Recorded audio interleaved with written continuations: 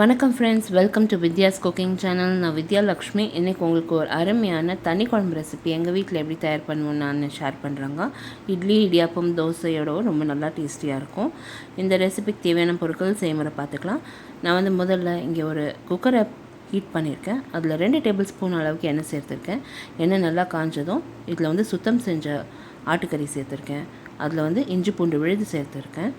மிளகாய்த்தூள், மஞ்சள், மல்லி, எவரெஸ்ட் கரம் மசாலா, மீட் மசாலா சேர்த்துருக்கேன். இத்தனையும் சேர்த்து நல்லா மட்டனை கலந்து 2 நிமிஷம் நல்லா வதக்கி எடுத்துக்கினேன். மட்டன்லேருந்து நல்லா தண்ணி விட்டு வரும். அதை நல்லா சுண்டி போகிற வரைக்கும் நல்லா வதக்கி எடுத்து அடுத்து அதில் தண்ணீரை சேர்த்து நம்ம மட்டன் முழுகிற வரைக்கும் நல்லா தண்ணியை சேர்க்கணும். தேவைக்கேற்ப உப்பு சேர்த்துக்கணும். கலந்து ப்ரெஷர் குக்கரை மூடி விசில் வைத்து ஒரு 3லேருந்து 4 நிமிஷம் நல்லா வேக விடணும். மட்டன் நல்லா பூ போல் வெந்து வரணும்.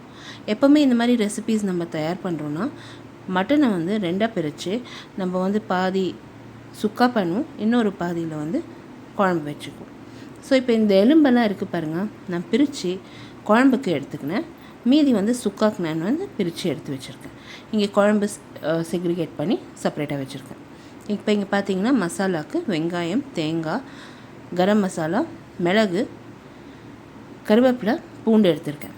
இங்கே ஒரு பேனை மிதமான தீயில காய வச்சு தேங்காய் எண்ணெயை சேர்த்து நல்லா காய விட்டு இந்த மசாலா பொருட்களை அத்தனையும் எடுத்து வச்சுருக்கேன் பாருங்கள். மிளகு, கரம் மசாலா, அடுத்து கருவேப்பிலை, பூண்டு, வெங்காயம், தேங்காய் இத்தனையும் சேர்த்து நல்லா வதக்கி எடுக்கணும். இது நல்லா வதங்கி வந்ததும் நம்ம அடுப்புலேருந்து இறக்கி வச்சு அந்த வெங்காயம் லைட் பிங்க் கலர் வர வரைக்கும் நல்லா வதக்கணும்.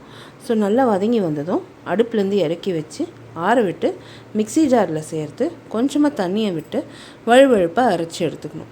இப்போ இந்த மாதிரி அரைச்சி எடுத்தோம்னா நம்மளுக்கு அந்த மசாலா பேஸ் ரெடி ஆகும்.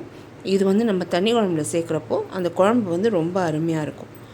எப்போவுமே தண்ணி குழம்பு நாங்கள் எப்போ செய்வோன்னா வீட்டில் நிறைய பேர் ஜனம் இருந்தாங்கன்னா அவங்களுக்கு டிஃபனுக்கு நம்ம பண்ணுவோம். ஸோ அப்போ நல்லாயிருக்கும். அந்த குழம்பு தனியாகவும் இருக்கும், மட்டன் சாப்பிட்ட மாதிரியும் இருக்கும், ரொம்ப சாட்டிஸ்ஃபையிங்காக இருக்கும்.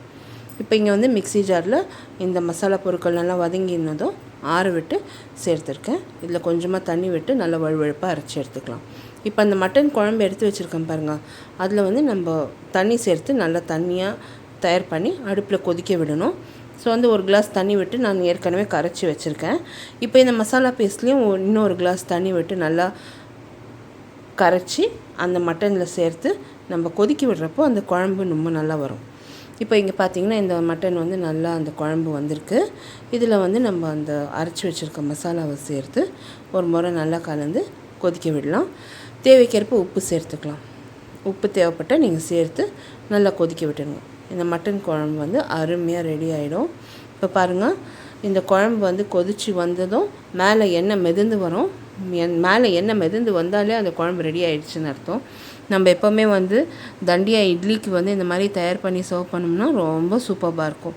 நீங்கள் எல்லோரும் ட்ரை பண்ணிவிட்டு உங்களோட கமெண்ட்ஸ் போஸ்ட் பண்ணுங்கள். இது ரொம்ப டிஃப்ரெண்ட்டாக ரொம்ப டேஸ்டியாக இருக்கும். இந்த மட்டன் தனி குழம்பு ரெடி ஆகிடுச்சுங்க. நான் இது சர்வ் பண்ணியிருக்கேன். எல்லா links to my blog and social media description box below this video இருக்கும். மறக்காமல் என்னோடய சேனல் சப்ஸ்கிரைப் பண்ணுங்கள். உங்களோட காமெண்ட்ஸ் போஸ்ட் பண்ணுங்கள். உங்களை அடுத்த புதிய ரெசிபியோடு நான் மறுபடியும் சந்திக்கும் வரை, this is Vidya Lakshmi. Thank you so much for வாட்சிங். பை.